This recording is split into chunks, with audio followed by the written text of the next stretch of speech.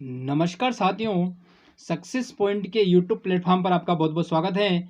आज हम लोग पढ़ने वाले हैं वन लाइन फैक्ट यानी कि केमिस्ट्री के मोस्ट इम्पोर्टेंट केमिस्ट्री के बहुत ही ज़्यादा और most important question and answer, जो कि आने वाली एग्ज़ाम में बहुत ही महत्वपूर्ण और इम्पोर्टेंट होने वाले हैं। इतने इम्पोर्टेंट होने वाले हैं कि इसमें से प्रश्न बहुत ज़्यादा पूछे जाते हैं और पूछे जा रहे हैं। इसी के साथ बिना देरी किए हम लोग आगे बढ़ेंगे, लेकिन बढ़ने से पहले निवेदन करना चाहूँगा कि चैनल को सब्सक्राइब करें, मुझे सपोर्ट करें और आने वाली वीडियो की नोटिफिकेशन के लिए बेल आइकन के बटन को दबाना ना भूलें, जिससे मेरी आने वाली प्रत्येक वीडियो की नोटिफिकेशन आपके पास आसानी से पहुंच जाए। इसी के साथ बढ़ते हैं आगे। एक ही प्रकार के परमाणु किसमें मिलता है? तो प्राकृतिक तत्वों में एक ही प्रकार के परमाणु मिलते हैं। केमिस्ट्री के रसायन विज्ञान के बहुत ही शानदार और मजेदार प्रश्न होने वाले हैं। वायु क्या है? तो वायु जो है वो क्या है? वायु एक प्रकार का मिश्रण है। अगला है पॉइंट है अमोनिया है। अमोनिया क्या है? तो रासायनिक यौगिक है। अमोनिया रासायनिक यौगिक है। अगला पॉइंट है हीरा है। तो हीरा क्या है? डायमंड क्या है? तो हीरा एक प्रकार का तत्व है। इसी के साथ अगला पॉइंट है जल एक यौगिक है। क्योंकि तो जल एक यौगिक क्यों है? इसमें रासायनिक बंधों से जुड़े हुए दो भिन्न तत्व होते हैं। क्या होते हैं? दो भिन्न तत्व होते हैं। अगला पॉइंट है बहुत ही मोस्ट और इम्पोर्टेंट है, दो या दो से अधिक शुद्ध पदार्थों को किसी भी अनुपात में मिला देने से क्या बनता है? किसी भी अनुपात में अगर मिलाओगे तो मिश्रण बनेगा। क्या बनेगा? मिश्रण बनेगा। इसी के साथ अगला पॉइंट है ऐसे तत्व जिनमें धातु और अधातु दोनों के गुण पाए जाते हैं क्या कहलाते हैं? तो उपधातु कहलाते हैं, जिसमें धातुओं के गुण भी पाए जाएंगे और अधातुओं के गुण भी पाए जाएंगे। क्या कहलाएंगे? उपधातु कहलाएंगे। विरंजक चूर्ण है। तो विरंजक चूर्ण क्या है? एक प्रकार का यौगिक है। विरंजक चूर्ण जो कि एक प्रकार का यौगिक है। इसी के साथ आगे बढ़ते हैं। आगे बढ़ने पर हम देखेंगे कि बारूद होता है। तो बारूद क्या होता है? बारूद भी एक प्रकार का मिश्रण है। दोस्तों, इतने मजेदार प्रश्न है ना कि पढ़ने में ही मजे आ रहे हैं।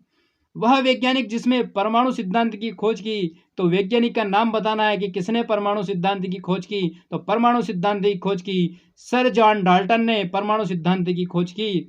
और इसी के साथ परमाणु के नाभिक में कौन से कण होते हैं? तो परमाणु के जो नाभिक होता है उसमें प्रोटॉन और न्यूट्रॉन होते हैं। परमाणु का जो नाभिक होता है उसमें प्रोटॉन और न्यूट्रॉन होता है। इसी के साथ अगला पॉइंट है एक इलेक्ट्रॉन पर कितना आवेश होता है? तो एक इलेक्ट्रॉन जो होता है उसके ऊपर -1.6 इंटू 10⁻⁻19 सेंटीग्रेड पावर होती है या आवेश होता है। परमाणु विद्युत होते हैं। परमाणु विद्युत कैसे होते हैं? तो उदासीन होते हैं। परमाणु विद्युत जो है कैसे होते हैं? उदासीन होते हैं। अगला है इलेक्ट्रॉन की खोज थॉमसन ने की। इलेक्ट्रॉन की खोज, इलेक्ट्रॉन की खोज के लिए मैंने एक क्या बताया था?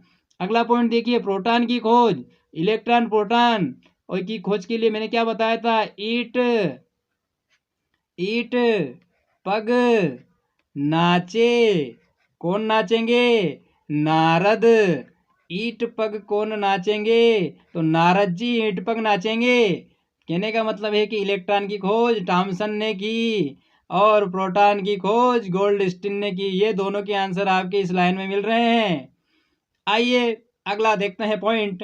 एक भारतीय वैज्ञानिक जिसका नाम एक विशिष्ट मूल कण के से साथ जुड़ा हुआ है। तो बोस का जो नाम है एक विशिष्ट मूल कण के साथ जुड़ा हुआ है। अगला है न्यूट्रॉन की खोज की। तो न्यूट्रॉन की खोज चैडविक ने की। न्यूट्रॉन मतलब नाचे, मतलब चैडविक। ये यहाँ पर है ट्रिक। आगे देखते हैं प्रोटॉन किसी परमाणु का रासायनिक व्यवहार निर्भर करता है उसके न्यूक्लियस के इर्द गिर्द घूम रहे इलेक्ट्रॉनों की संख्या पर। यानी कि किसी परमाणु का जो व्यवहार है वो किस पर निर्भर करता है? तो वो न्यूक्लियस के इर्द गिर्द जो घूम रहे हैं इलेक्ट्रॉनों की संख्या के ऊपर निर्भर करता है।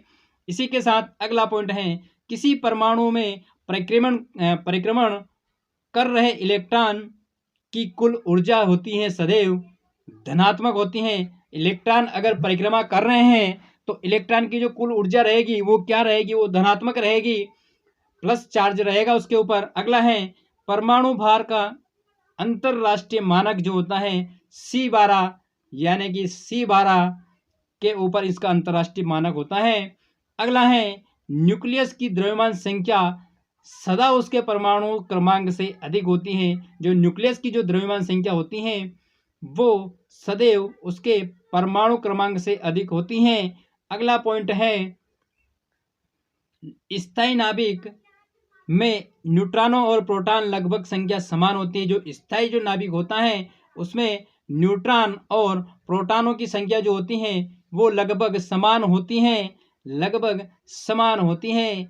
आइए देखते हैं अगला पॉइंट। अगला पॉइंट देखने के पहले दोस्तों कैसा लग रहा है निवेदन करना चाहूँगा कि चैनल को सब्सक्राइब करें और बेल आइकन के बटन को दबाना ना भूलें, जिससे मेरी आने वाली प्रत्येक वीडियो की नोटिफिकेशन आपके पास पहुंच जाए। इसी के साथ अगला पॉइंट है किसी तत्व के रासायनिक गुण निर्भर करते हैं। तो किसी तत्व के जो रासायनिक गुण हैं वो किस पर निर्भर करते हैं? वो करते हैं आपके परमाणु संख्या पर निर्भर करते हैं। अगला प्रश्न है मेसान की खोज युकावा। अगला है बिना देरी किए बिना रुकावट के हम लोग बहुत ही स्पीड से चलेंगे। रासायनिक तत्व के अणु के संदर्भ में चुंबकीय क्वांटम संख्या का संबंध चक्रण से है। किससे है? चक्रण से है। किसी तत्व के रासायनिक गुण कौन तय करता है? तो उसके जो रासायनिक गुण हैं इलेक्ट्रॉनों की संख्या तय करती हैं, इलेक्ट्रॉनों की संख्या तय करती हैं। परमाणु क्रमांक 20 वाले परमाणु का इलेक्ट्रॉनिक विन्यास तो 2882 परमाणु क्रमांक 20 वाले का इलेक्ट्रॉनिक विन्यास है। इलेक्ट्रॉनिक विन्यास के लिए हम डिटेल में चैप्टर पढ़ेंगे। अगला है कौन सा इलेक्ट्रॉनिक संरूपण धातु के लिए है? तो 282 धातु के लिए है। इसी के साथ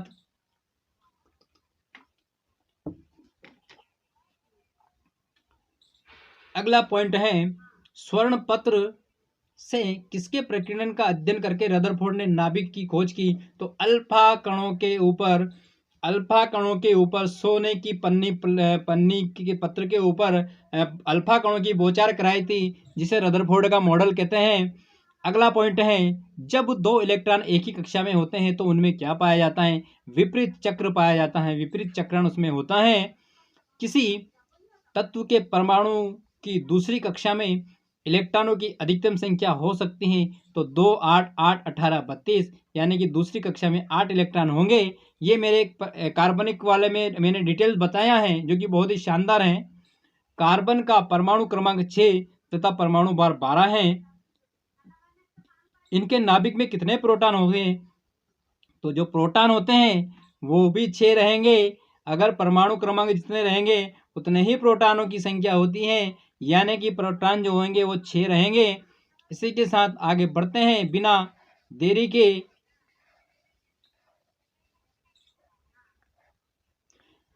परमाणु की संख्या Z एवं द्रव्यमान संख्या A के एक परमाणु में इलेक्ट्रॉनों की संख्या है कितनी है? यानी कि Z है, परमाणु की संख्या इलेक्ट्रॉनिक संख्या की कितनी होगी? इलेक्ट्रॉनों की संख्या Z के बराबर होगी। अगला है सोडियम की परमाणु संख्या 11 एक पॉइंट और हो गया। तत्व 92 यूरेनियम 235 में प्रोटॉनों की संख्या कितनी है? तो तत्व 92 यूरेनियम 200 प्रोटॉन में परमाणु की संख्या जो होती है यानी कि प्रोटॉनों की संख्या होगी 92 होगी। इसी के साथ सोडियम की परमाणु संख्या 11 तथा परमाणु द्रव्यमान 23 है। इनमें इलेक्ट्रॉन न्यूट्रॉन एवं प्रोटॉनों की संख्या क्रमशः कितनी होगी?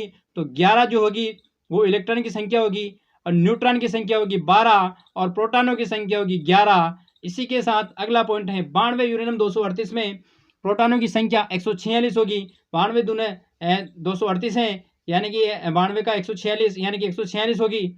इसी का है किसी तत्व के परमाणु भार में से संबंधित सर्वाधिक उपयुक्त कथन है द्रव्यमानों की संख्या के विपरीत एक तत्व का परमाणु भार भिन्न हो सकता है। बिल्कुल हो सकता है।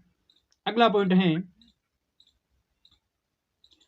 पॉइंट है किसी तत्व की परमाणु संख्या 35 है तथा उसमें 18 इलेक्ट्रॉन है तो उनमें प्रोटॉनों की संख्या होगी 18।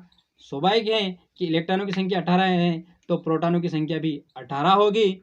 अगला है किसी तत्व के परमाणु में 2 प्रोटॉन 2 न्यूट्रॉन 2 इलेक्ट्रॉन हो तो उसमें तत्व के द्रव्यमान संख्या कितनी होगी? 2 इलेक्ट्रॉन 2 प्रोटॉन 2 न्यूट्रॉन है तो उनमें इलेक्ट्रॉनों की संख्या जो होगी द्रव्यमान संख्या जो होगी वो 4 होगी। द्रव्यमान संख्या कितनी होगी? 4 होगी। इसी के साथ ये रहे आपके कुछ मोस्ट और इम्पोर्टेंट फैक्ट जो कि एग्ज़ाम में आने वाले हैं और एग्ज़ाम में आते हैं। हमने रसायन विज्ञान से संबंधित कुछ ऑनलाइन फैक्ट पढ़े, रसायन विज्ञान से संबंधित। कल हम इसके आगे के जो कुछ वन लाइन फैक्ट हैं जो कि बहुत ही मोस्ट और इम्पोर्टेंट है वो पढ़ने वाले हैं। दोस्तों वीडियो कैसा लगा लाइक करें, शेयर करें और सब्सक्राइब करें और बेल आइकन के बटन को दबाना ना भूलें, जिससे मेरी आने वाली प्रत्येक वीडियो की नोटिफिकेशन आपके पास पहुंच जाए। कैसे लगे हैं ये वन लाइन फैक्ट, कोशिश करूंगा कि और अच्छे अच्छे वन लाइन फैक्ट आपके सामने लेकर आऊं। और इसी के साथ मिलते हैं अगले लेक्चर में। जय हिंद, जय भारत, वंदे मातरम, जय श्री कृष्ण, राधे राधे।